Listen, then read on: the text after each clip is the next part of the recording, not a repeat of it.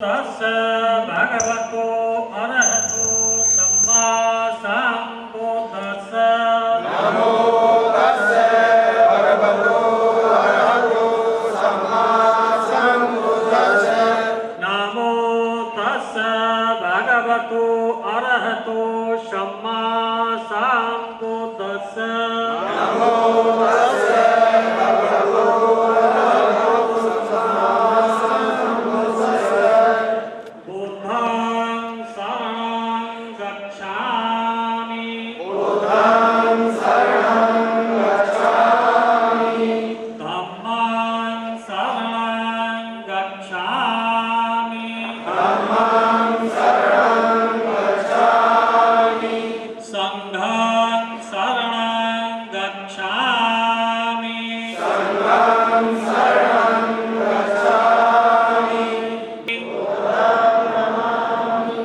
धम्मं नमामि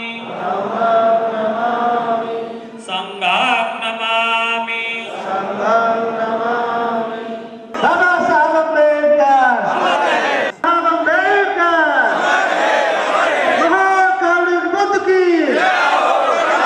महाकारुणिक बुद्ध की।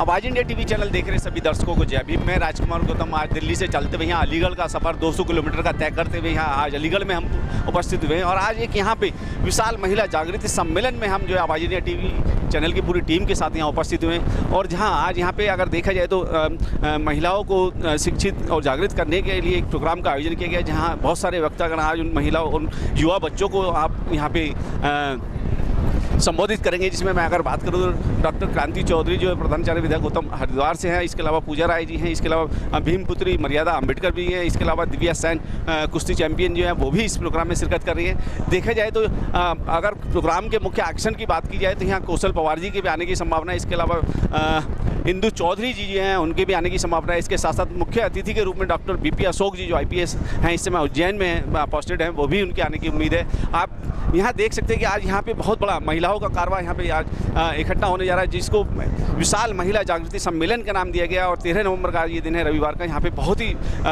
बड़ी भीड़ के साथ में यहाँ ये इस प्रोग्राम का आयोजन किया जा रहा है। मैं अपने कैमरामैन से चाहूँगा कि वो दिखाएंगे कि सामने आज जो मंच लगा हुआ है, अभी कुछ ही देर में यहाँ पे वो सारे वक्तागण यहाँ उपस्थित होंगे जो आज इस प्रोग्राम को यहाँ संबोधित करेंगे, उन महिलाओं को संबोधित करेंगे जो शिक्षा के क्षेत्र में काम कर रही बाबा है। साहब डॉक्टर अम्बेडकर जी की 125वीं जयंती के स्वर्णिम अवसर पर शुरू हो रहा है आवाज इंडिया टीवी चैनल।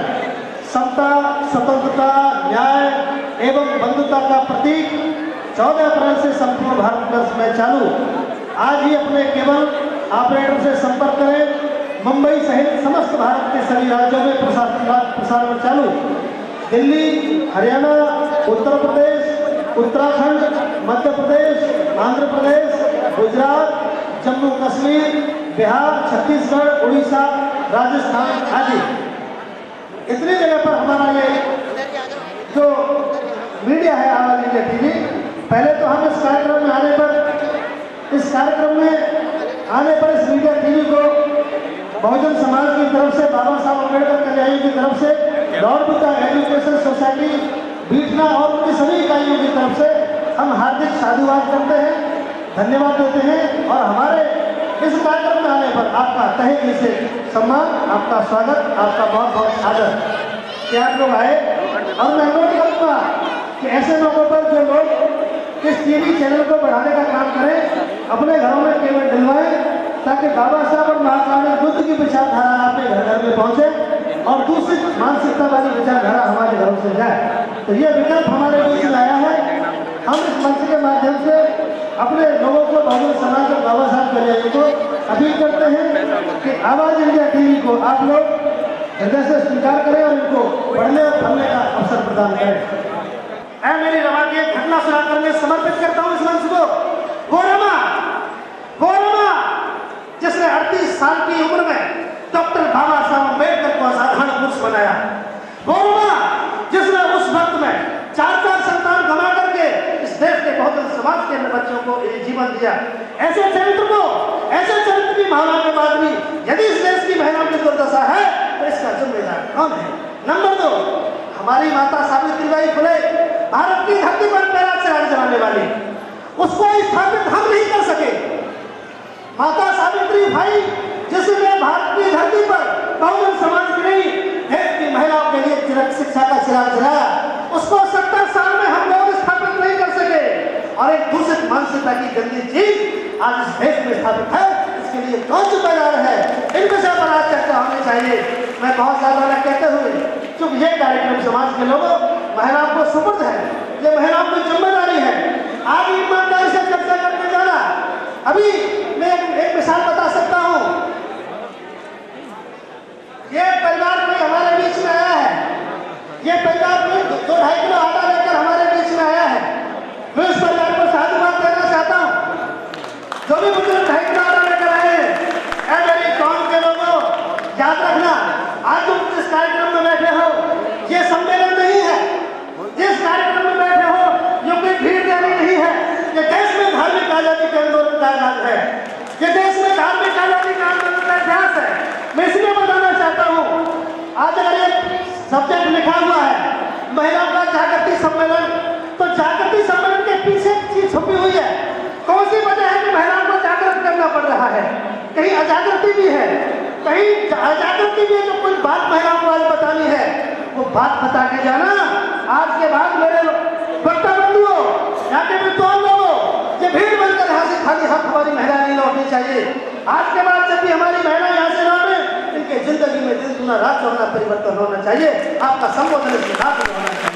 इस विशाल महिला जागृति सम्मेलन की हमारी वीरांगनाएं, शिक्षा की अग्रदूत माता सावित्रीबाई फुले, त्याग और बलिदान की माता रमाबाई अम्बेडकर जी, इस देश की प्रथम शासिका अहिल्याबाई होलकर, अंग्रेजों के साथ 1987 में जबरदस्त उनके सामने डटे रहने का काम जिन्होंने किया, उदा देवी पासी, झलकारी बाई, अवंतीबाई लोधी, और समाज में एक प्रेम का संदेश देने वाली मदर टेरेसा, साथ ही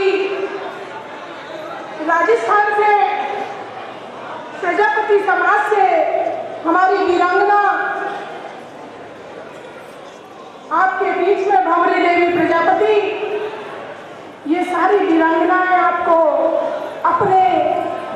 अपनी द्वारा किए गए कार्यों से आपको खड़ा करने के लिए ताकत देने का काम कर गई और अपने इतिहास के पन्नों में अपना नाम दर्ज करा गई।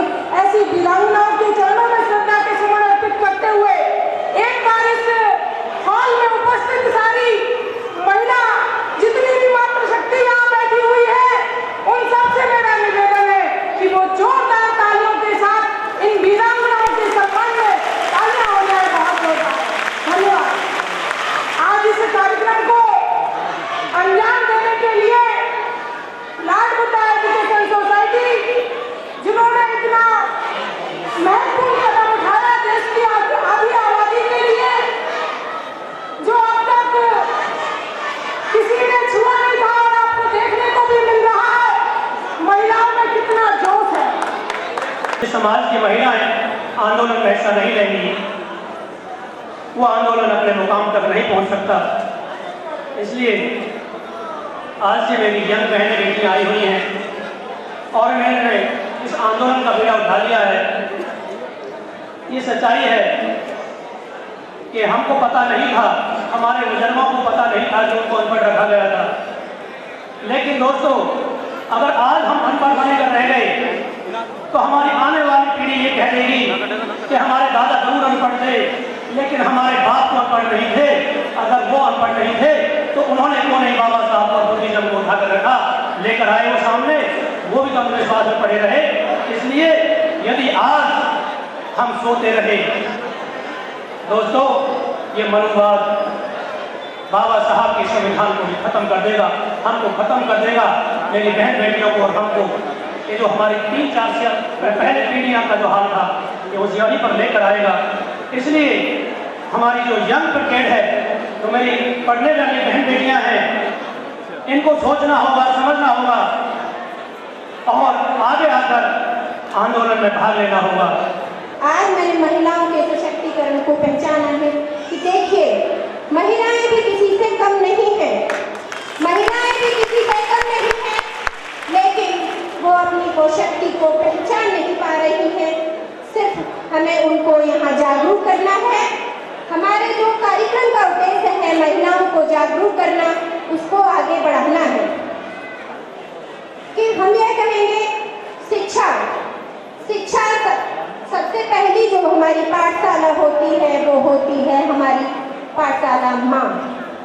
सबसे पहली पाठशाला माँ होती है और माँ ही सबसे पहले अपने बच्चे को मानसिक रूप से शिक्षा के लिए तैयार करती है। जब बच्चा मानसिक रूप से तैयार होगा तभी वो विद्यालय की ओर रुख करेगा, क्योंकि शिक्षा ही माँ ही बता सकती है कि हम अपने शिक्षा से अपने जीवन को बेहतर कैसे बना सकते हैं और बेहतर जीवन हम कैसे जी सकते हैं। कोई भी व्यक्ति, अरे जन्म तो जानवर भी दे देते हैं, जन्म तो जानवर भी देते हैं बच्चों को, लेकिन वो भी बच्चों को उड़ना सिखाते हैं और बेहतर जीवन जीना सिखाने की कोशिश करते हैं, लेकिन हम उन्हें बीच में ही जन्म देने के बाद भंवर में छोड़ देते हैं। हम उनको नहीं सिखाते कि बेटा कैसे हमें शिक्षा पानी है और शिक्षा से हम अपने जीवन को कैसे बेहतर बना सकते हैं। मैंने देखा है, मैं यहाँ देख रही हूँ कितनी महिलाएं ग्रामीण क्षेत्र से आई हुई हैं। मेरा उनसे निवेदन है कि जो गांव में आप अपने किस स्तर से, हमारे पास साधनों की कमी नहीं है, साधनों की कमी थी, लेकिन अब हम बहुत ऊपर तक आ चुके हैं, लेकिन साधनों का सही सदुपयोग नहीं हम कर पा रहे हैं। इसी के लिए हमें महिलाओं को जागरूक करने की आवश्यकता है और हम आज इस कार्यक्रम में महिलाओं को खाली हाथ नहीं जाने देंगे और हम महिलाओं को जागरूक करेंगे और हम यहाँ कसम खाएंगे कि हमें शिक्षा देकर हमें अपने बच्चों को कैसे आगे बढ़ाना है और हम इस अंधकार से कैसे उबर पाएंगे। हम ये कहेंगे कि हम इतने अंधकार में हैं अभी कि हमें नहीं पता कि हमें जो सरकार मौका दे रही है, हमें जो साधन निःशुल्क साधन जो हमें दे रही है, हम उनका सही सदुपयोग नहीं कर पा रहे हैं। क्योंकि मैं बेसिक में टीचर हूँ, बेसिक विद्यालय में टीचर हूँ, तो मैं देखती हूँ बेसिक स्थिति अपनी देखती हूँ कि अभी भी हम कितने दुर्दशा है हमारी, और सिर्फ वो है जागरूक न होने के कारण, वो सिर्फ जागरूक न होने के कारण है। मैंने देखा है महिलाएं जगह जगह चौपाल लगाकर बैठी हैं, जगह जगह चौपाल लगाकर बैठी हैं। वो तो सिर्फ वहाँ अच्छाई पर बात होनी चाहिए, शिक्षा पर बात होनी चाहिए, अपने बच्चों की शिक्षा पर बात होनी चाहिए कि हम अपने बच्चों को कैसे बेहतर शिक्षा दे सकते हैं, कैसे हम उनको आगे बढ़ा सकते हैं। महिलाओं का जागृति, क्योंकि महिला देश की आधी आबादी है, महिला देश की आधी आबादी है और उसको बराबर का हक होना चाहिए और मान सम्मान से जीने का पूरा हक है। उसके लिए ये जो इन्होंने एक मिशन शुरू किया है, बहुत सराहनीय और धन्यवाद की बात है। इसी के साथ मैं आपको थोड़ा सा बताना चाहूँगी कि महिलाओं की स्थिति पूर्व में क्या थी। शुरू में महिलाओं की स्थिति क्या थी? महिलाओं की स्थिति थी जिसको हम सतीयोग बोलते हैं, एक दासी थी। और हमारे जो देवी देवता हैं जिनकी हम लोग पूजा करते हैं, पूरा जितना भी धन हमारे पति लोग कमा के लाते हैं और हमारे जो समय है जो हमें अपने बच्चों को, अपने परिवार को देना चाहिए, वो हम जिन देवताओं को देते हैं उनकी हम दासियाँ हुआ करते हैं। उनका पैदा होने के बाद से 2 साल, 6 महीने से लेकर 2 साल तक वो शादी योग्य ना हो जाए तब तक फला देवता का अधिकार हुआ करता था।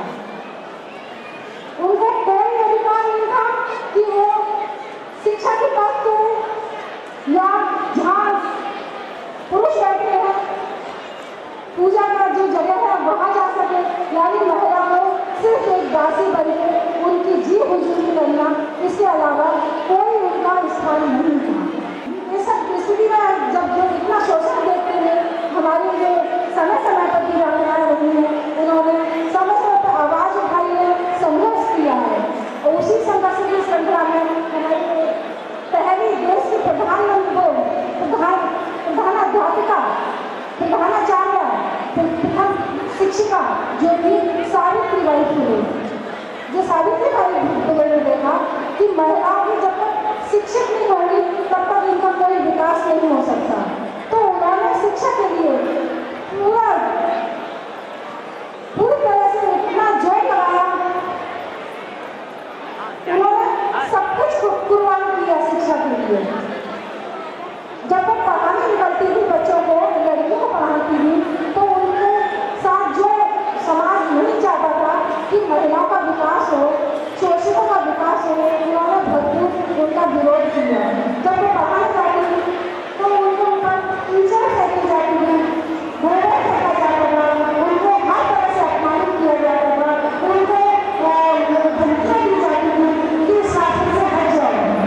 लेकिन ये सब होते हुए उन्होंने परवाह नहीं की। उन्होंने कहा कि मुझे जीना है अपने समाज के लिए, ये अगर महिला सम्मान से नहीं जी पाएगी तो फिर मेरे जीवन का भी औचित्य नहीं है। तो उन्होंने पूरा जोर शिक्षा, महिलाओं के लिए शिक्षा में लगा दिया। कि दुनिया के अंदर 8 मार्च यानी वुमेन्स डे मनाया जाता है। 8 मार्च को ये सबसे पहले इंटरनेशनल प्रोग्राम ये संयुक्त राष्ट्र अमेरिका ने मनाया। ये प्रोग्राम पूरी दुनिया के अंदर मनाया जाता है। महिला दिवस भारत के अंदर मनाया जाता है या नहीं मनाया जाता है ये तो आप टीवी पर देख सकते हैं, लेकिन ये मार्च का महीना पूरी दुनिया के अंदर पूरा महीना बड़ी खुशी के साथ बीतता है, वुमेन्स डे मनाते हैं। साथियों, भारत के अंदर क्या चल रहा है, क्या हो रहा है भारत के अंदर? भारत के अंदर डिस्क्रिमिनेशन हो रहा है। आप कहीं पर देख लीजिए, अगर आप मजदूर, जो हमारे लोग हैं मजदूरी कर रहे हैं, जो हमारे बच्चे जो स्कूलों में पढ़ रहे हैं, जो हमारी महिलाएं हैं, चाहे घरों में हो या सर्विस में हो या मॉल में हो, कहीं भी हो, उनके साथ डिस्क्रिमिनेशन हो रहा है और जेंडर डिस्क्रिमिनेशन भी हो रहा है भारत के अंदर। अगर देखा जाए तो ये बेसिकली कास्ट की वजह से हो रहा है। भारत के अंदर जो डिस्क्रिमिनेशन है वो कास्ट डिस्क्रिमिनेशन की वजह से हो रहा है। लेकिन अगर आप देखना चाहें कि भारत के अंदर जो वैदिक व्यवस्था से लेकर के, ऋग्वेद से लेकर के ब्राह्मणिक वैदिक व्यवस्था जो चली है, वैदिक व्यवस्था से लेकर के पेशवा स्त्री तक आप देखेंगे और ऋग्वेद से लेकर के बालाजी स्त्री तक आप देखेंगे तो आपको एक चीज विशेष तौर पर नजर आएगी कि महिला को कभी भी पुरुषों के बराबर अधिकार नहीं दिए गए थे। महिला को केवल सेक्सुअल एक्सप्लॉयटेशन का मॉडल देखा गया है भारत के अंदर। अगर आप जनरल कैटेगरी की महिलाओं के प्रमाण में आप देखेंगे तो दलित वर्ग की महिलाएं हैं, ओबीसी वर्ग की महिलाएं हैं, डीटीएमटी की महिलाएं, रिलीजियस माइनॉरिटी की महिलाएं, मुस्लिम महिलाएं, उनके साथ में ज्यादा भेदभाव हो रहा है। बाबा साहब अम्बेडकर ने जो एनिहिलेशन ऑफ कास्ट जो 1936 में बाबा साहब ने लिखी, उसमें बाबा साहब ने अपने थॉट को रखा है और ज्योतिबा फूले जिन्होंने सत्यशोधक समाज जो मूवमेंट चलाया और सार्वजनिक सत्य धर्म को मूवमेंट चलाया, उसके अंदर ज्योतिबा फूले ने इस बात को रखा कि महिलाओं के साथ में भेदभाव किया जाता है और महिलाओं के भेदभाव को समाप्त करने के लिए, देखिए भारत के अंदर समानता लाने के लिए बंगाल के अंदर एक मूवमेंट चलाई। ये मूवमेंट राजा राम मोहन ने चलाई थी। ये राजा राम मोहन ने बंगाल के अंदर इस मूवमेंट को चलाया था। इस मूवमेंट का मकसद था कि स्त्री और पुरुषों के बीच में समानता लाई जाए। लेकिन इस मूवमेंट का बेसिकली उद्देश्य क्या था?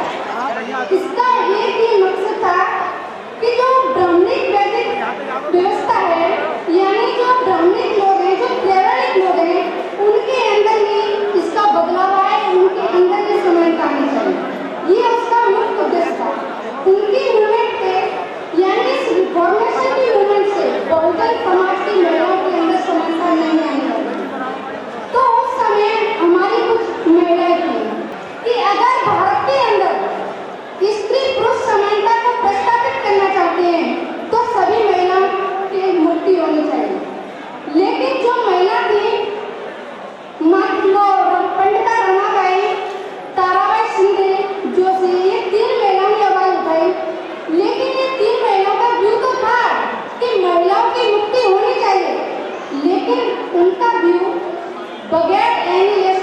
सकता था।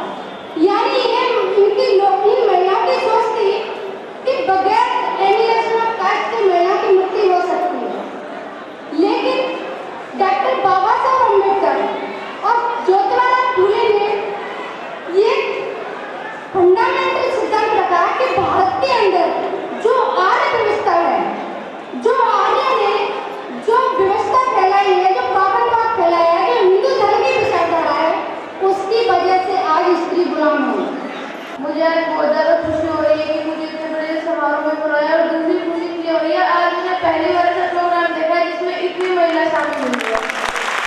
मेरी लाइफ में ये पहला ऐसा प्रोग्राम है कि महिला आगे बैठी है और पुरुष पीछे बैठे हैं। इससे ये जाहिर हो रहा है कि हाँ, लड़कियों को आगे निकलने का मौका मिल रहा है। आज इतनी सारी महिलाएं, ये सच्ची में मुझे बहुत ज़्यादा खुशी हो रही है। और जो इनकी मम्मियाँ आई है सबके साथ, आज आप ये देखिए लड़कियों को इतना पेट में मार रहे हैं। अगर मेरे माँ बाप मुझे पेट में मार रहे तो आज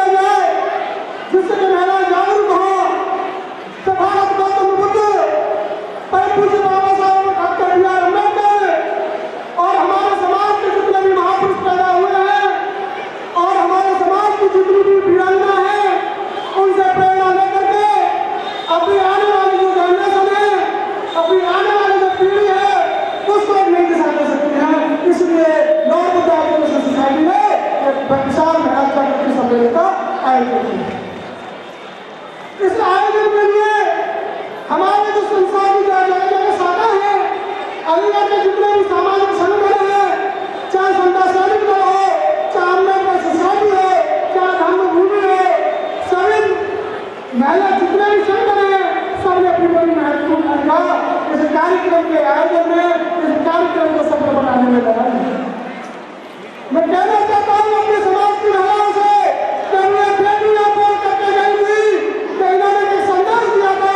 मैं भी कहता हूँ अपनी समाज की महिलाओं से, अगर बेटी पैदा करनी है तो कृपया सेन जैसी बेटा बेटी करिए, मौलाना अम्बेडकर जैसी बेटा पैदा करिए, रमाबाई जैसी बेटी पैदा करिए, पूजा देवी जैसी ताजी बेटी पैदा करिए, झलकारी बाई, अमनती बाई, मदर टेरेसा और स्वामी देवी जैसी बेटी पैदा करिए जो तुम्हारा नाम और समाज को एक नई दिशा दे सके। मैं कहना चाहता हूँ कि समाज को ये समाज हमारे 500 सालों से पिछड़े पर चला आ रहा है। ये तो महिलाओं की संख्या है। हम लोग चाहते हैं कि ये लड़ाई है व्यवस्था परिवर्तन की, ये व्यक्तिगत लड़ाई नहीं है। अगर ये व्यक्तिगत लड़ाई होती तो मैं आज कुर्बान हो गया होता, धर्मेंद्र भाई साहब कुर्बान हो गए होते, राजा रामानंद जी कुर्बान हो गए होते, नरवी सिंह मिश्रा जी कुर्बान हो गए होते और बिमलाराम बहन जैसी कुर्बान हो गई होती। अगर ये व्यक्तिगत लड़ाई होती तो अरे मेरे समाज के लोग, ये लड़ाई है सामूहिकता की, तो इसमें सामूहिकता जरूरी है और जरूरी है हमारे समाज की महिलाओं बहनों की। जब तक हमारे समाज की माता बहना आगे नहीं आएंगी तब तक हम जो मिशन है, जो बाबा साहब का मिशन है, हम किसी भी कीमत पर उसको नहीं जीत सकते। हम मनमानियों से लड़ाई नहीं जीत सकते, उनसे हम जो हमारे संघर्ष है उसे हम किसी भी कीमत पर प्राप्त नहीं कर सकते। और ये पुरुष 5000 सालों से संघर्ष करते चले आ रहे हैं, लेकिन ये व्यवस्था परिवर्तन की लड़ाई आज तक नहीं जीती जा सकती है। ये लड़ाई जीती जाएगी महिलाओं से, ये लड़ाई जीती जाएगी माताओं बहनों से। तुम्हें आगे आना होगा, जब तक तुम आगे नहीं आओगे ये व्यवस्था परिवर्तन की लड़ाई किसी भी कीमत पर नहीं जीत सकते हैं। मैंने देखा है कि भागवत लोगों के कार्यक्रमों में कथा हो, भागवत हो, उनकी रामायण का पाठ हो, कोई भी कार्यक्रम होता है, वहाँ महिलाओं की संख्या 500 मिलती है और पुरुषों की संख्या 5 मिलती है। लेकिन मैं देखता हूँ अपने समाज के कार्यक्रमों में, चाहे सामाजिक कार्यक्रम हो, चाहे राजनीतिक कार्यक्रम हो, वहाँ हमारे पुरुषों की संख्या 500 रहेगी, लेकिन हमारे समाज की महिलाओं की संख्या 5 नहीं मिलती। तो इसके लिए दोष दिया हम चाहते हैं कि औरों की महिला यहाँ से बाहर आए। हम नहीं चाहते कि मेरी बीवी बाहर आए, हम नहीं चाहते कि मेरी बेटी बाहर आए, हम नहीं चाहते हमारी बहन और हमारी माँ बाहर आए। इसलिए ये महिलाओं का जो संघर्ष है आगे नहीं बढ़ता। जब तक हमारे समाज का बुद्धिजीवी वर्ग, जो शिक्षित एजुकेटेड वर्ग है, जो नौकरी पेशा वर्ग है, तब तक वो अपने समाज की, अपने परिवार की महिलाओं को आगे नहीं लाएगा, तब तक ये व्यवस्था परिवर्तन की लड़ाई हम नहीं जीत सकते। मैंने एक फिल्म बनाई है बाबा साहब की धर्मपत्नी के जीवन पर, रमाबाई अम्बेडकर, और दूसरी फिल्म बना रहा हूँ सावित्रीबाई फुले। ये जीवन का उद्देश्य तय किया है, जितने भी बहुजन समाज में महापुरुष पैदा हुए हैं उनके जीवन पर एक एक फिल्म बनाकर अपने समाज में, अपने देश में और पूरी दुनिया में पहुंचाना चाहते हैं, ताकि हमारे बुजुर्गों का संघर्ष, उनका ज्ञान विज्ञान पूरी दुनिया में पहुंचे और हम अपनी सभ्यता को पूरे देश में स्थापित कर सके। हमारी सभ्यता क्या थी? जैसे लिखा महिला जागृति सम्मेलन, महिलाओं को जागरूक होना चाहिए कि हमारी सभ्यता क्या है, उन्हें पता होना चाहिए। हमारी संस्कृति क्या है, उन्हें पता होना चाहिए।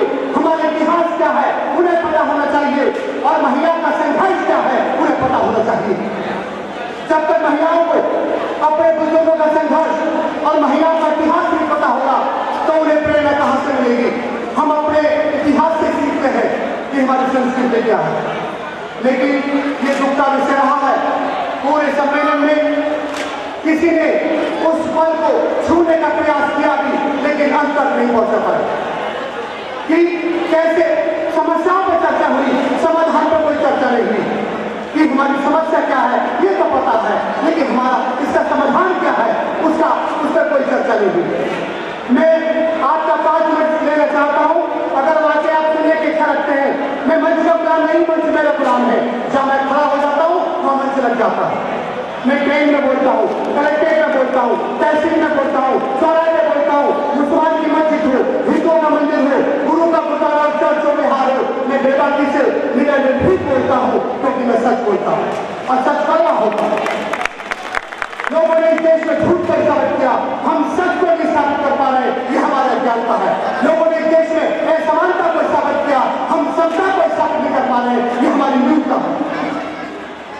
यहाँ कतरी करने में लोग फर्क रखते हैं, कहते कुछ है, करते कुछ है, होता कुछ है, दिखाते कुछ है। जो मेरे मंच पर बड़े बड़े भाषण बोलते हैं, जो बराबरी की बात करते हैं, वही अपनी महिलाओं को स्वतंत्र नहीं करते। अपनी महिलाओं का पहले आईना देखने पे भी अंकुश लगाते हैं, अपनी महिलाओं को अच्छा खाने अच्छे पहनने पर अंकुश लगाते हैं, अपनी महिलाओं के बोलने पर अंकुश लगाते हैं, अपनी महिलाओं को घर से बाहर निकालने में जब अंकुश लगाते हैं तो वे लोग देश नहीं बन सकते। अगर वाकई आपको आजाद होना है तो आपको मैं अपनी महिलाओं को स्वतंत्र करना होगा, कतरी कमी में फर्क नहीं करना होगा। मैं एक बात और आपके बीच, हालांकि बहुत समय कम है, कभी आप मुझे फिर बुला लेंगे अपने गांव में। मैं किसी का गुलाम नहीं हूँ, मैं सिर्फ और सिर्फ मानवता का गुलाम हूँ, क्योंकि हम आलोचक तो हैं, हम बुराई करना तो जानते हैं दूसरों की, लेकिन अपनी कमी नहीं तलाशते। हम विश्लेषक बने ही नहीं, आलोचक बन गए। हम प्रतिद्वंदी हैं, हम लड़ाई करना चाहते हैं मनुवाद से, लेकिन मनुवाद कैसे खत्म होगा? हम प्रतिद्वंदी प्रतिस्पर्धी बने ही नहीं। हम लकड़ी को मिटाना चाहते हैं, बड़ी लकड़ी खींचने से कोई संघर्ष नहीं है। तो जब तक हम बड़ी लकड़ी नहीं खींचेंगे, हम लोग जाति की बात करते हैं, धर्म की बात करते हैं, लेकिन बराबरी की बात हुई नहीं। हम धर्म की बात करते हैं, लेकिन संविधान की बात हुई नहीं। या हिंदू की धार्मिक पुस्तक है, वेद पुराण रामायण महाभारत उपनिषद गीता, उसी को पढ़ता है, उसी को सुनता है, उसी को धार पेश करता है, क्योंकि हिंदू को हिंदू होने का एहसास कराता है। मुसलमान की किताबें कुरान, उसी को पढ़ता है, उसी को सुनता है, उसी को धार पेश करता है, मुसलमान को मुसलमान होने का एहसास कराता है। ईसाई की किताबें बाइबिल कोई सुनता है, उसी को पढ़ता है, उसी को धार पेश करता है, ईसाई को ईसाई होने का एहसास कराता है। सिख की किताबें गुरु ग्रंथ साहिब, उसी को सुनता है, उसी को पढ़ता है, उसी को धार पेश करता है, सिख को सिख होने का एहसास कराता है। और जैन की किताबें जनवानी पूर्वा, उसी को पढ़ता है, उसी को धार पेश करता है, जैन को जैन होने का एहसास कराता है। और बुद्धिस्ट की किताबें त्रिपिटक विनयपिटक, बुद्धि का ही धम्मा, उसी को पढ़ता है, उसी को सुनता है, उसी को धार पेश करता है, बुद्धिस्ट को बुद्धिस्ट होने का एहसास कराता है। और आर्य समाज की किताब है सत्यार्थ प्रकाश, उसी को सुनता है, उसी को पढ़ता है, उसी को धार पेश करता है, आर्य समाज होने का एहसास कराता है। लेकिन हमारे भारत का संविधान हमें इंसान होने का एहसास कराता है। समाज की अगर तरक्की को मापने का कोई पैमाना समाज शास्त्रियों ने बनाया है तो वो समाज जिसमें महिलाओं की तरक्की हुई है वही समाज विकसित समाज के रूप में चिन्हित किया जाता है। आज जिस तरह से इस प्रांगण में मैंने महिलाओं की भागीदारी को देखा है, उस भागीदारी को देखते हुए मैं महसूस कर रहा हूँ कि निश्चित रूप से ये समाज जो पिछले 2600 साल से लगातार तरक्की के लिए जूझ रहा है वो तरक्की कर रहा है। महिलाएं अगर आगे बढ़ती हैं तो कोई एक महिला नहीं बल्कि एक परिवार आगे बढ़ता है। और एक परिवार में अगर 5 लोग होते हैं तो उसकी गिनती 5 गुनी हो जाती है।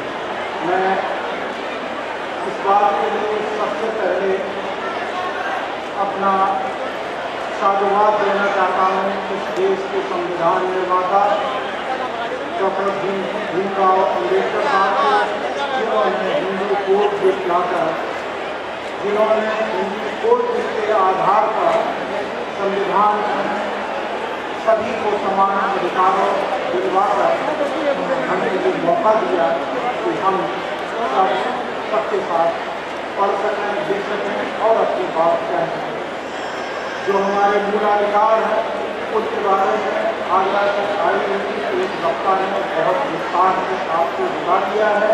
मैं अब उन बातों को दोहराना नहीं चाहता, लेकिन मैं ये बात कहना चाहता हूँ कि आप अगर जागरूक हो गए हैं तो निश्चित रूप से पूरा समाज जागरूक हो जाएगा। हम आज के इस कार्यक्रम में आपको बहुत बहुत बधाई देते हैं, धन्यवाद देते हैं।